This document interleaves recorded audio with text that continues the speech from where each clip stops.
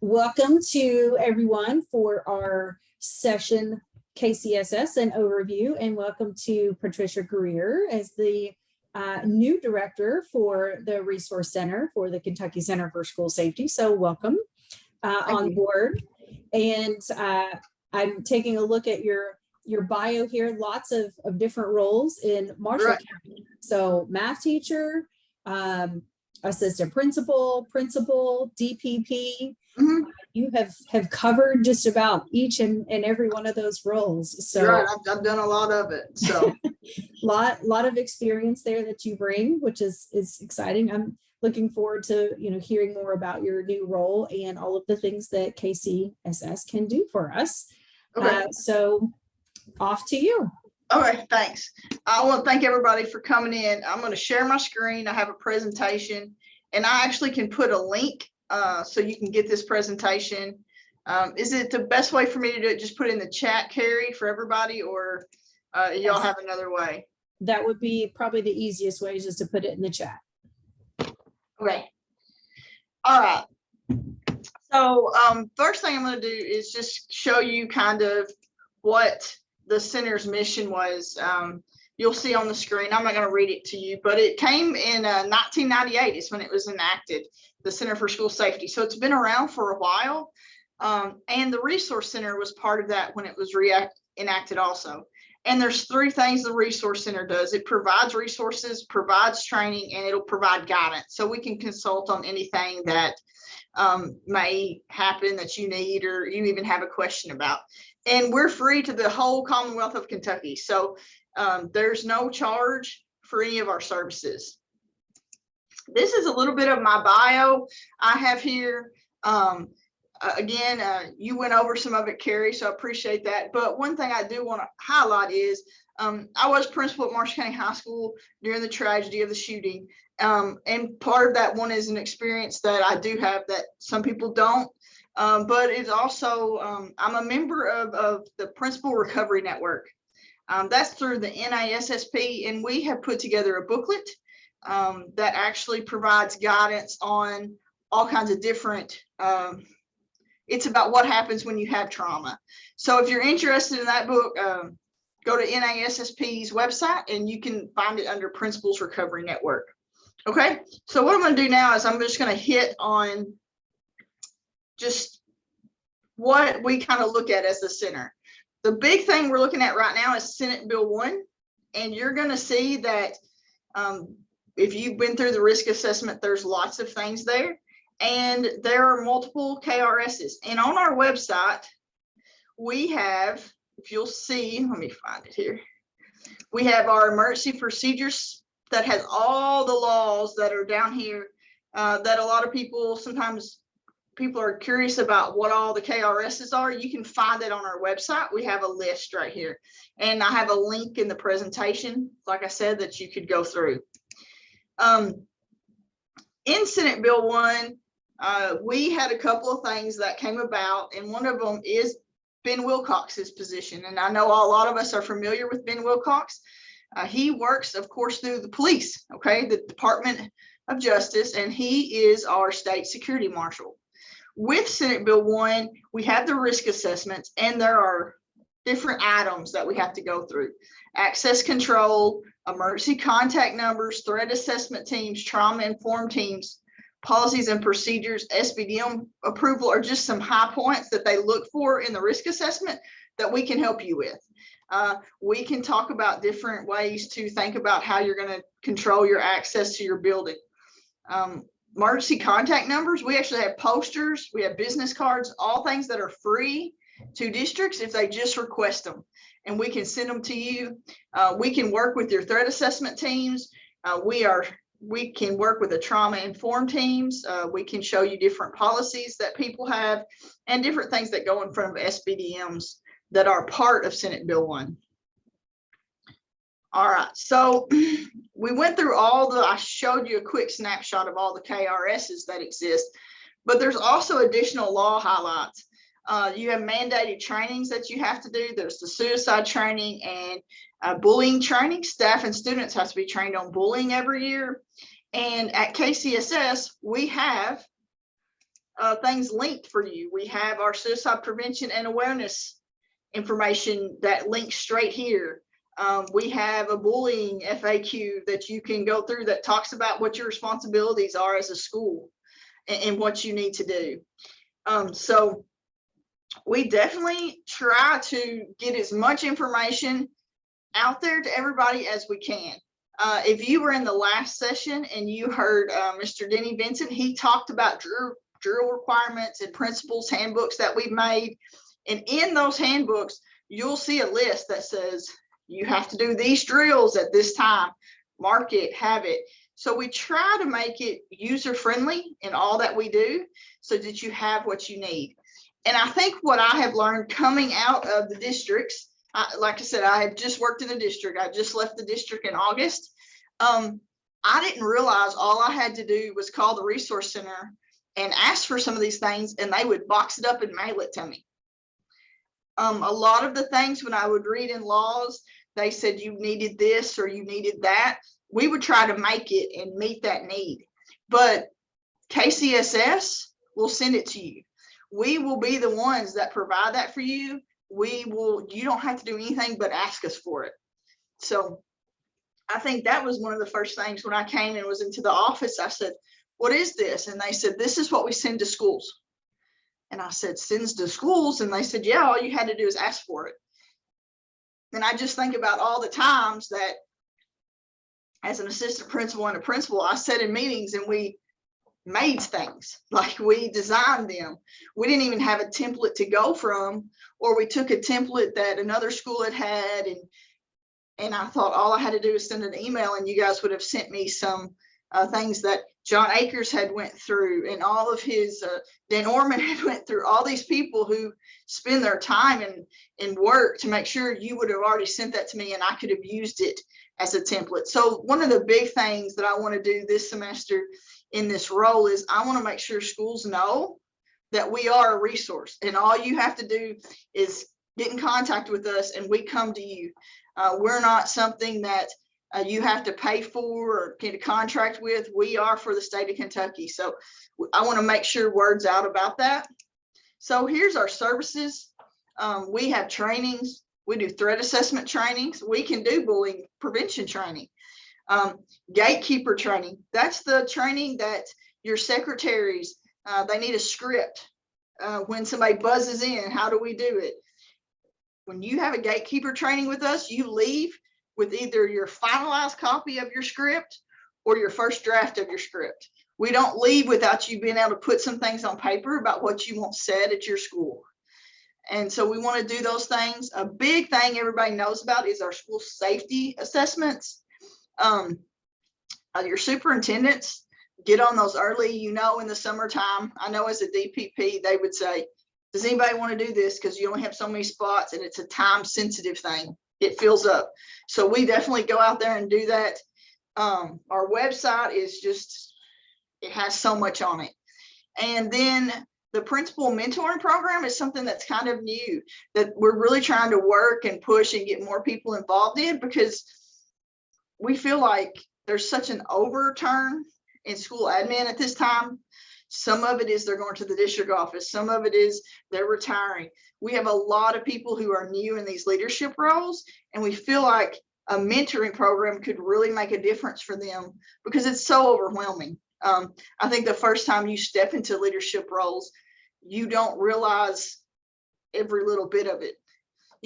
The fact that when it's Friday, you not only have to make sure the gate's running for the basketball game, you got to sign the checks for the referees. You've got to have everything ready to go.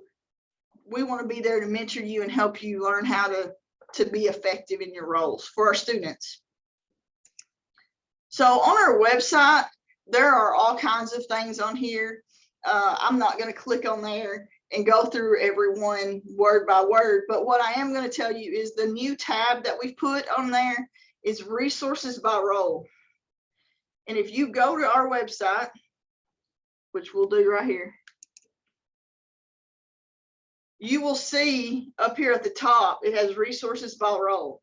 And what we've done is this website has so much on it, it's hard to use sometimes, I felt like. So we divided it up by positions in the school district. So if you are a principal, you can come down here to principal, click, and it shows you all kinds of different things we have on our website that you can just click on. That'll take you right to it. One of the things that has been asked for recently is from SROs, and it's been MOAs and MOUs, samples of what they need to look like. So we actually have sample agreements of that on our website. There's 10 different versions of that you can go through. So we have all of those listed by different role for you to see, and so that you can know that we have it on our website and it's a little bit easier to access. The other things, 2 new things I've added is we have an Ask KCSS, and that's a form. You go to Ask KCSS, it's a form. You fill out the form, ask us any question you want.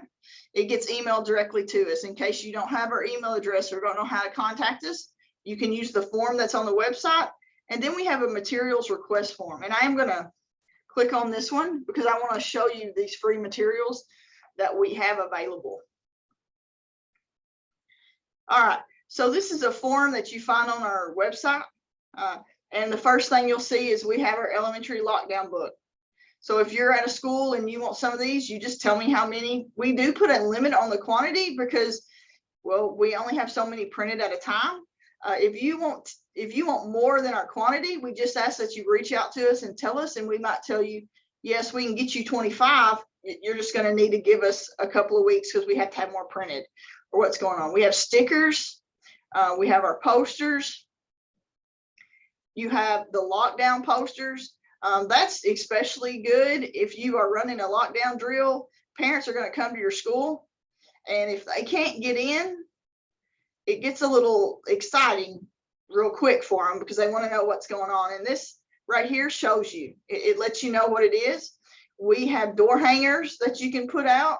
This is the new poster that we've just made. In the risk assessment, it's required that these 4 are posted in your school. Okay. And there's a lot of different ways people do it. We went ahead and made this so you can get 10 for your school. If you're a district person, you will need more than 10. We understand that. Just let us know so we can take care of that. But you can post these everywhere. You'll see it's got all the lines on it, and it's also got the stop tip line at the bottom. So wherever you post this, this will be out for you. Another thing that we have it in Spanish. If you need that in a different language also in your school, we can do that. And then we have them in contact card, like business card size, because your counselors, your principals, some of your teachers, you're going to know students that maybe you're talking to that are having concerns or other things. And yes, we need to have these posted at school. They need to see them, but they may need to contact these people when they're not at school, when they're at home. That may be where they're going to need those numbers the most. And we have these contact cards ready for you to be able to give them out to students. On the back, we put local mental health crisis numbers. Okay, so some of these are national numbers, but we have them in your area. So this one is in the Ashland area. This Pathways is who is the mental health contact for that area that you can reach out to directly in that area, along with your national numbers. We also have that in Spanish that can be taken care of for you also. We have green and red flip signs if you need those for anything you do. Some of the people, this is of course an emergency. You can hold up in the window that says, hey, we're good in my room, or we're not good in my room. I know some teachers are using them for other things in curriculum. They use the green and the red for the students to understand different things going on. The Emergency Management Resource Guide. This is the guide that I think a lot of us have Googled different things to look for. These are recommendations that are pulled from the center. These recommendations are put together in a book. And basically, if you go through this Emergency Management Resource Guide, you're going to write a really good emergency plan for your school and district. It's going to hit a lot of things. You're going to be able to use this as a template and to fill it out. And in our website, we have PDF version, and we have a Word doc where you can use it. This is a flip chart. The flip chart, people have asked me, what, is this really helpful? The answer is yes. The flip charts can be easily hung up in a classroom. Okay, your staff who are trained daily, monthly on emergency management and what we do with our kids have a good understanding of that. But we all know we have subs in classrooms. We all know sometimes in emergency situations, our brain is not working the way we want it to work. This flip chart is really easy for someone to grab and be able to find and look up different things and different information about what they need. So we recommend you, if you have these, that you make sure they're posted in your classrooms in a similar spot so everybody knows where they are and how to find them quickly. And the last thing on this is actually a classroom response kit. And this does take a waiting list because it takes a little while to make sure we have enough. Like right now I have 7. We order about 120 at a time and put together. But this is actually a book bag that will have all that information. It'll have your flip charts, your red and green, has all of it in there, and you can put it in each classroom.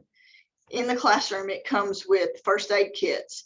It comes, you can see all that stuff. It even has a flashlight you can use if you need to because of where you're going. So I know in a lot of schools, I know when I was at Marshall County High School, I made a classroom response kit. It was not nearly as full and thoughtful of what we got. I had a folder in it with all our plans for people to put in there. I had a first aid kit in there, and I had like some markers, and I thought I was really proud. And I'm not knocking my work; it was good. But when I look at all the things we put in ours, I think how much more helpful could all this stuff be in different times. So all you have to do is ask for these, and it's free. It may take me, I might have to say, listen, we'll get that to you, but it'll be in a couple of weeks. But we'll get you, it's a red book bag. It comes with all this information and we deliver it right to you. So I will put, like I said, the links on there to this presentation for you to get. And this is our handout. If you guys follow us on Twitter, you have seen me post this recently. If you don't follow us on Twitter, go ahead and get on Twitter. It's KCSS News. Go look for us. But this is our handout we have. We have QR codes to all this information that you can go to. It'll give you what we have and how we can do it. So, okay. So that's basically what you have at the Resource Center. What I want to do with the couple of minutes we have left here is I just want to talk about school safety and some overarching keys to it. I think we all really quickly think about access control when we think about disasters that have occurred in our country. Are the exterior doors locked? That's one thing we've got to make sure we check. What's your plan for that? As a principal, my SROs and I talked about how we wanted to check that, and the SROs said, hey, it would be good for us to be out walking around in the campus. At this time, I'm going to check the exterior doors. And then in about an hour, I had another SRO that was checking exterior doors. So they were walking around checking those exterior doors for me. You're electronically locking main doors. You have those. Here's the key with those. Those malfunction. So when they do malfunction, you've got to make sure you have a plan to get to your maintenance department and they understand, hey, this is something we got to get fixed today. Your camera and your intercom for your main door, same thing. We all pretty much have them now. Make sure you have a plan. Like, you know who you're calling when it messes up. It's not I'm calling to get a number to figure out who I'm calling. It's I'm calling and we're going to get something done with it quickly. And then we know classroom doors have to be locked during instruction. So are you putting any doors you're replacing? Are you putting the ones that are storage front that are automatically locked? So you don't have to worry about if teachers are unlocking and leaving them unlocked. That's one thing to think about. How are you checking classroom doors during the day? High school and middle schools are hard because when students leave the classroom to go to the restroom, to run an errand, they don't want to have to knock when they come back. So they will pull that door within half an inch to then just be able to walk in. But you've got to make it, you've got to say it out loud of, we have to be able to keep our doors locked. We have to pull them shut. One of the things we have to do also is we have to have a strong instructional program. And I think sometimes when we start talking about safety and all those things, we don't realize how tied that is into your academics.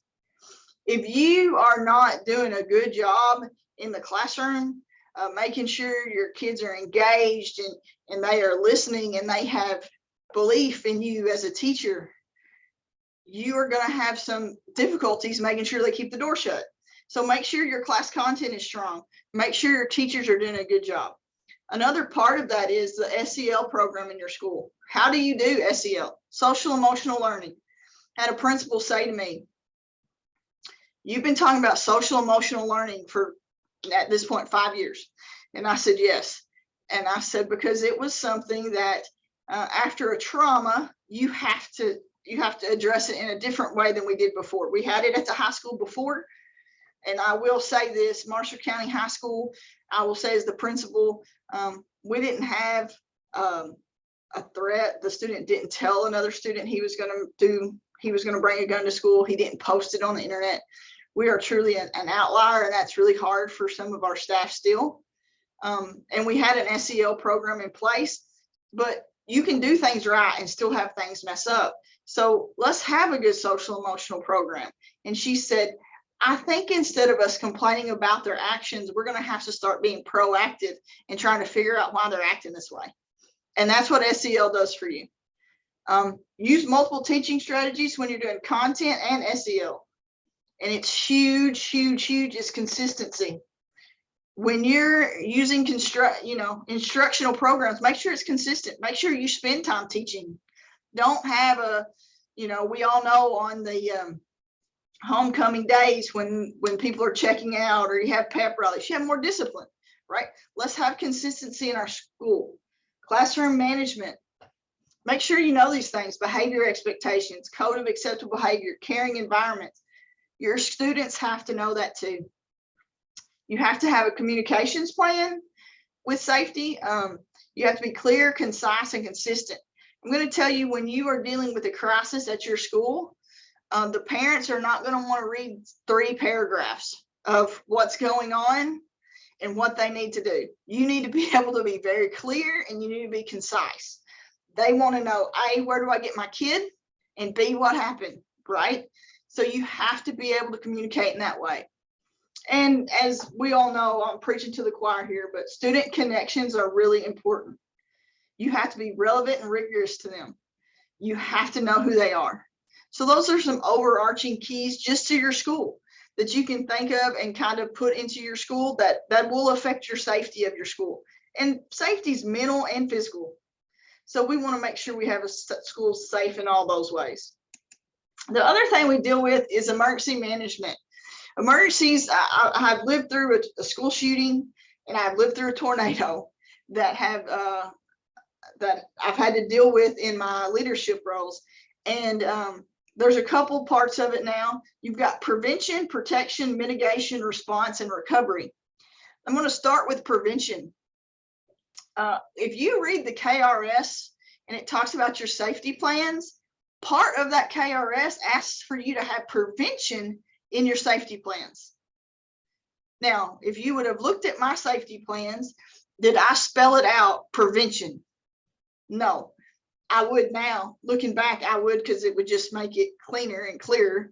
I could provide prevention ways. We had SEL lessons, we had tip lines, you have all those things. But think about, how are you going to do prevention? Okay, so if you're looking at a gun violence, you're looking at tip lines, all those things. If you're looking at a tornado, there's not much you can do for prevention of a tornado, right? But you can think of, how are you going to do protection of students in a tornado? Where are your safe places? Have somebody come in during your drills. I know that's a lot. It sounds a lot easier than it is. I think as principals, as a principal and a DPP, I have invited emergency management people to different things. They try their best to get there, but I've had multiple calls say, hey, we can't come right now. We've got to go respond to something, right? which you completely understand, but work with them and make sure they know you want them in your school, and they know the days you're doing drills. Maybe they'll stop by and maybe they'll see something.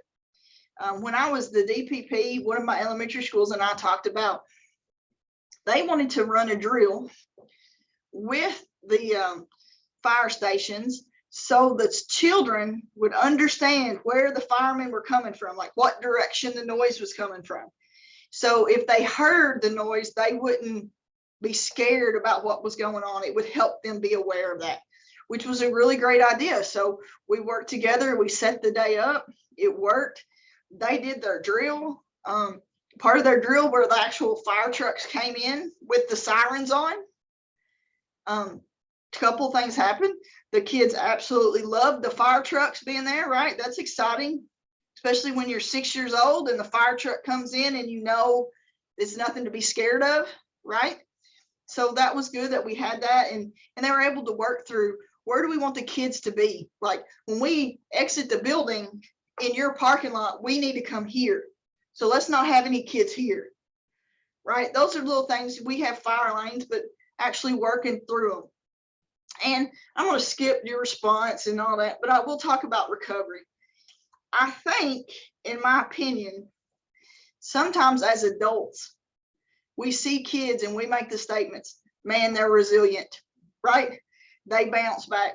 But recovery is ongoing, and we need a plan for how we're going to support the students in recovery, our staff in recovery, and their parents in recovery whenever we have something.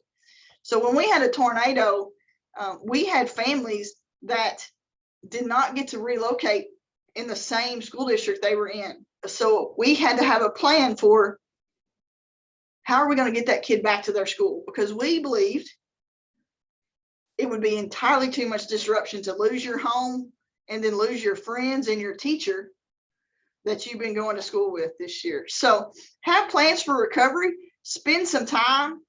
This does take some time. KCSS will come and I will come to your school district and sit with you, and we will talk about these things. Make a couple of days to jot down ideas and do those things. You don't want to have to be going through this circle after the tragedy or any emergency situation. All right, I'm finished with my presentation. I know it's about 3 minutes, I think. So if anybody has any questions, I will gladly answer them.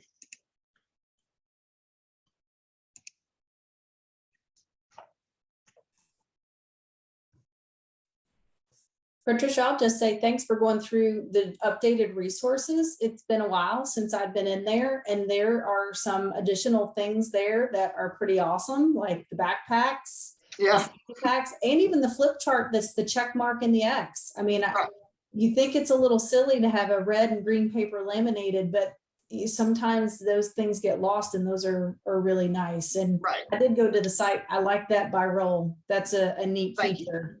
So Yeah. I like the updates. Do you think I should just put it in a big chat where I can put the links to these information in the big chat for everybody? Is that the best way to do that so people can have access to it?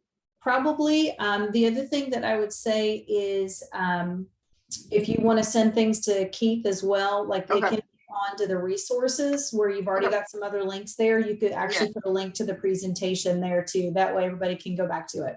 Okay, I'll send it to Keith then. All right. Well, thank you very much. Thank you.